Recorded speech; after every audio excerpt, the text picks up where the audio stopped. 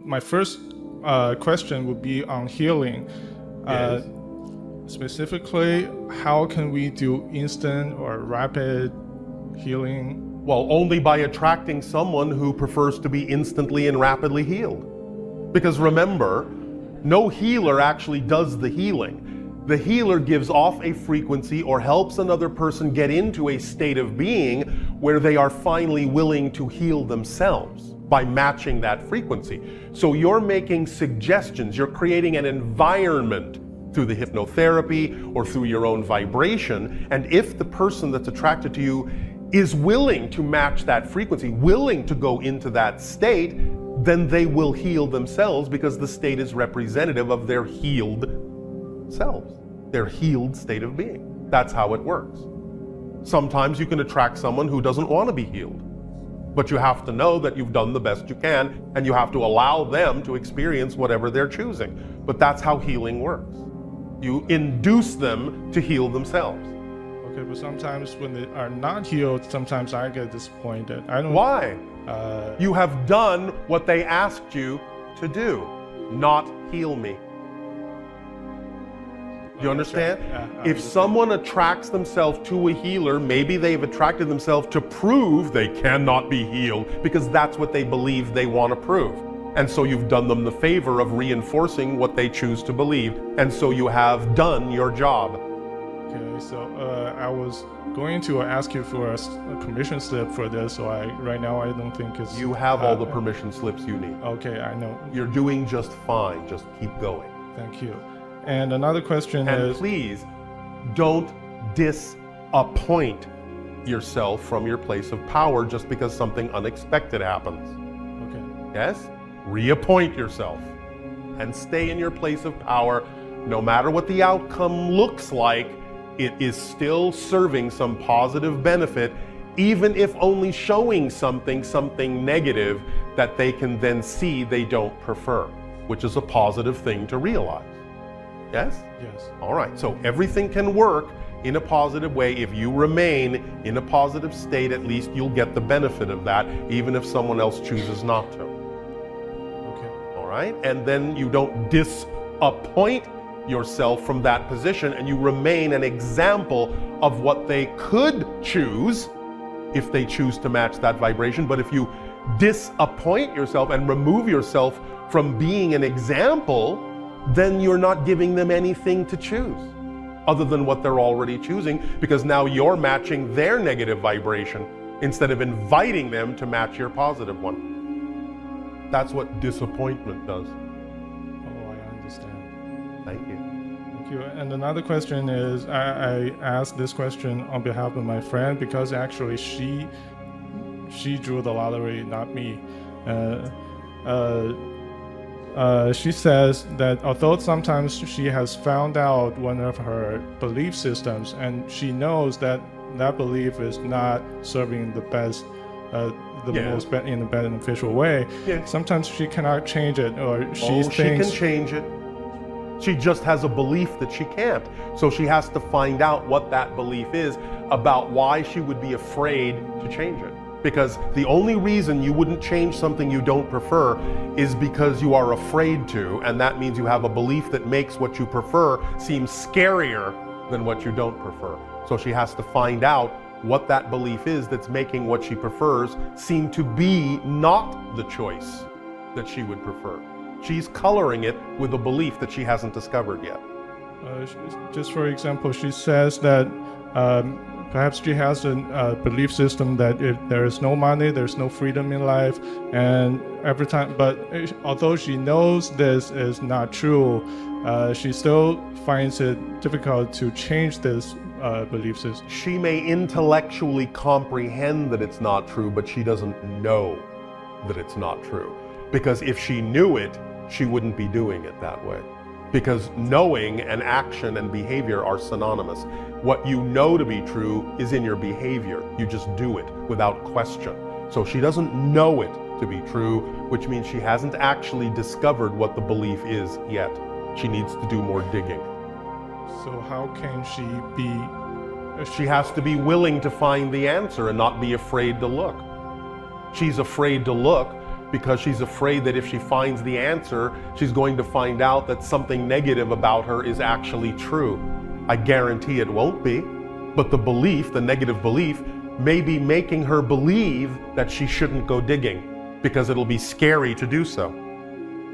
So she has to, in a sense, ignore that and realize that the scarier things get, that means you're much closer to breaking through. Because when you really feel a lot of fear about moving in the direction of your joy, of your preference, when you feel the greatest fear, that means the negative belief knows you are just inches away from breaking through, and it's doing everything it can to stop you. It's throwing the book at you, and it's going to increase the fear as much as it can because it knows that you're just moments away from breaking through that threshold into joy. So the most fear is the best sign. Just keep going. Break through it.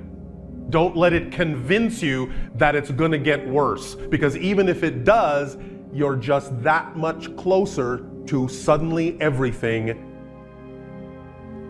being exactly what it needs to be. Yes? Yes. Make sense? Makes sense. Do you think you can communicate that to your friend? Yeah, actually, she's listening right now. Oh, all right.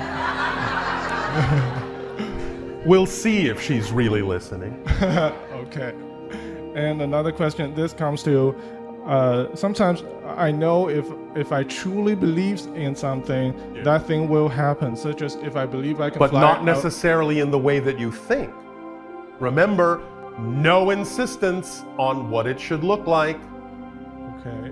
What you need to know and believe is that whatever happens will be to your benefit, so who cares what it looks like? Okay. You can have a specific idea and you can use the specific picture to get you excited into the appropriate excited state, but you have to drop the picture. You can't be that specific all the time because you don't know that your specific idea is actually the best thing that needs to happen for you. You don't know that. Okay, just like if I truly believe I can fly, I can fly. Yes. But the reason if it is relevant for you, yes. The fact that I'm not flying is because it's not relevant. It's not relevant. Okay. How can I make it be relevant? How do you know? How do you know that it needs to be relevant? Okay.